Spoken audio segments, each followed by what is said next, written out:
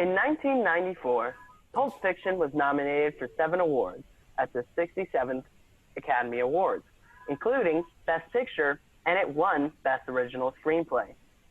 Quentin Tarantino, writer and director of the film, received numerous awards and accolades for the film, which tells three interconnected stories of the criminal underbelly of Los Angeles. Tarantino has since become a well-known filmmaker in Hollywood and has directed 9 films in total, all garnering both praise and criticism for the prevalence of violent and gruesome scenes throughout their runtime. While some people may see the violence in his movies as just there for shock value, there is some value to be had in analyzing how Tarantino uses violence in his films. Pulp Fiction remains one of his most well-known works and contains a scene where one protagonist kills the other in a particularly gruesome fashion. By analyzing the scene, taking a look at Tarantino's influences, and discussing how violent justice is used by movies, we can take a closer look at this scene's impact on audiences and filmmakers alike. The scene in which Vincent is killed by Butch in Pulp Fiction exemplifies how Quentin Tarantino's films utilize violence for justice, which is satisfying for viewers. So, as mentioned earlier, the scene in which Vincent is killed by Butch in Pulp Fiction shows how Quentin Tarantino uses violence for justice. So, according to the script in Pulp Fiction, page 80, it states that Vincent is seemingly racked with 20 bullets, simultaneously lifting him off of his feet, propelling him through the air, and crashing through the glass shower door at the end of the bathroom, and then Vincent is annihilated. So this scene shows the violence as shows him getting hit with bullets and getting thrown through the air and in the end dying.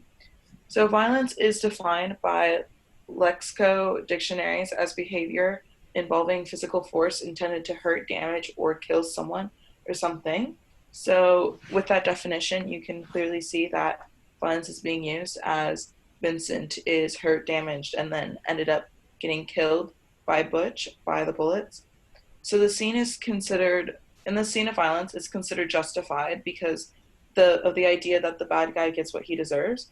Vincent was there for Butch to initially kill him. He snuck into his apartment and was going to wait for Butch to get back to end up killing him. And it just happened that when Butch came back, Vincent was in the bathroom, so Butch had the opportunity to defend himself. And in the end, that was shown as annihilating Vincent.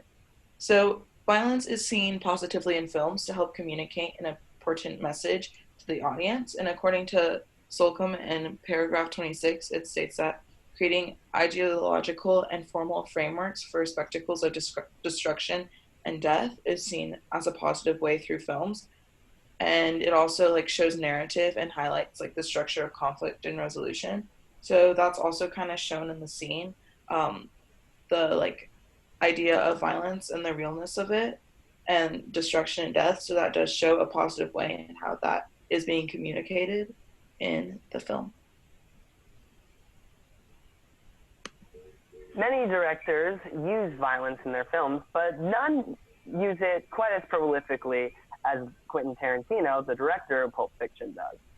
Almost every single one of his films is marked by an insane amount of violence. Quentin Tarantino's upbringing in other films may have helped shape the use of violence in his films as a form of justice. Tarantino grew up in a separated family and spent his childhood watching westerns, which kindled his love for filmmaking. His father was an actor, but left his family before he was born. He grew up not liking his father due to the fact that he left his mother very poor, even though he had made money from acting. He grew very close to his mother during this time and wrote his mother many stories, including one where his mom died, and he talked about how sad and angry he would be if his mom died. Some of these early family experiences may have influenced his style of filmmaking, which often uses themes of revenge and violence. One of his first memories of watching movies was when his grandmother took him to see a John Wayne movie. This would be very important in his life because John Wayne was at the time a prolific Western actor. He starred in lots of Westerns and Westerns often use vigilante justice as a large part of their narrative, such as in John Wayne's film True Grit, where Wayne plays a U.S. Marshal who tracks down a man who killed a 14-year-old's father. When he was 4, Quentin Tarantino's family moved to Los Angeles, and when he was a young man, he worked in a video shop selling movies and movie posters. Here he wrote his first screenplay, which he would eventually sell to production companies and make his break into the film industry.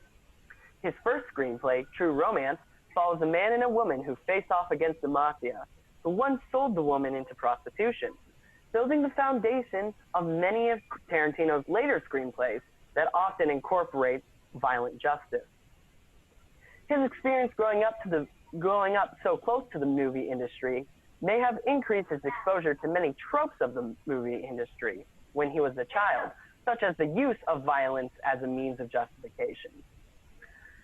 Because of this, many of his other films also use violence as a means of justice, revenge, or both. His 1992 directorial debut, Reservoir Dogs, revolves around a heist gone wrong, and most of the criminals die in bloody ways at each other's hands. Kill Bill Volumes 1 and 2, released in 2003 and 2004 respectively, tell the story of the bride who enacts bloody revenge on her fiancé, who tried to kill her. Inglourious Basterds, released in 2009, centers on a Jewish girl and an all-Jewish commando squad as they both plot to kill Adolf Hitler during World War II. Finally, Django Unchained from 2012 is a Western taking place during the American Civil War and follows former slave Django as he systematically assassinates various slave drivers and plantation owners. Tarantino's films often have plots that revolve around violent means of justice, much like how it is used in Pulp Fiction. Directors often use similar themes throughout their films, and Tarantino is no exception, with most of his films containing depictions of graphic violence against other violent people. All of the films mentioned have gained commercial and critical fame, with criticism often centered around the glorification of violence. However, in all of the most violent scenes in these films, the recipients of said violence are almost always people who deserve it, such as criminals, Nazis, or slave owners. Pulp Fiction does the same thing. The criminals are killed violently to pay for their injustices. But in this film, these criminals also happen to be the main characters.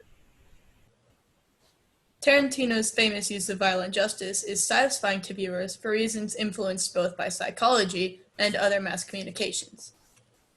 Violent justice is a common theme in media that audiences find satisfying. Justice is important to most people. According to numerous psychological theories, as cited by Professor of Criminology Andrew Welsh, justice is actually a core need for most people. Vincent's death in Pulp Fiction can be interpreted by audiences as just, and so that scene can fulfill people's need for justice. Violent retribution and vigilante justice are also common in mass media. In superhero comics, TV shows, and movies especially, vigilante justice is depicted as the right and proper response to crime. Welsh gives Batman and Spider-Man as two examples of popular series that depict the police as incompetent and vigilante justice as the only real solution to crime. Another popular plot structure features a focus on one terrible villain, such as a serial killer or a rapist, receiving their violent comeuppance in the end, often not involving law enforcement or due legal process at all. The frequency of violent crime in media can alter people's perceptions of real-world crime and cause them to more strongly favor violent punishment whenever they do see crime. The exaggeration of crime rates can also lead people to adopt a mean world perspective, which is defined by Professor of Humanities Julia T. Wood as the belief that the world is intrinsically unsafe and most people are untrustworthy. Adopting this perspective can make people less sympathetic to criminals and more strongly want to see them punished to restore the moral order. Because retribution is so prolific in mass media, the scene in Pulp Fiction in which Butch kills Vincent fits into what audiences have grown to expect and enjoy in action films, which is seeing the character they're rooting for, in this case Butch, get the better of the character who is out to get them, which would be Vincent. People have also learned to equate punishment to justice. Studies further cited by Welsh found that after observing a character doing some kind of harm, participants demanded punishment on that character, with the severity of the demanded punishment increasing with the severity of the crime. It is commonly believed that the act of punishment itself restores the social order. In the context of film, this perceived restoration can help to restore a feeling of homeostasis, which is the balance towards which plots strive. People have also been shown to prefer media that does not challenge or violate their beliefs in justice. The scene in Pulp Fiction, when Butch kills Vincent, upholds people's beliefs in justice against all odds. For most of the scene leading up to the killing, suspense builds as the audience sees Butch continue to make decisions that will put him in more dangerous situations, such as when he decides to stay to get a Pop-Tart in his apartment instead of getting out of there. By writing the scene so that by pure coincidence, Butch catches Vincent at the exact right moment to get the upper hand and kill him, Tarantino intentionally fulfilled this need, since people tend to interpret such violent punishment as the equivalent to justice. The scene in which Butch kills Vincent in Pulp Fiction is a good example of how Tarantino uses violence for justice in his films. It depicts one character enacting violence on the other character, who is usually the one committing violence on others. The scene is just one example of the violence that takes place in Pulp Fiction, which itself is one of many Tarantino films that feature violent retribution. The scene, Tarantino's influences, and audiences' perceptions of justice can all give insight into how Tarantino's use of violence can be so effective and go beyond shock value to even be satisfying for viewers. In this way, violence is an important factor in the success of Tarantino's films, especially Pulp Fiction.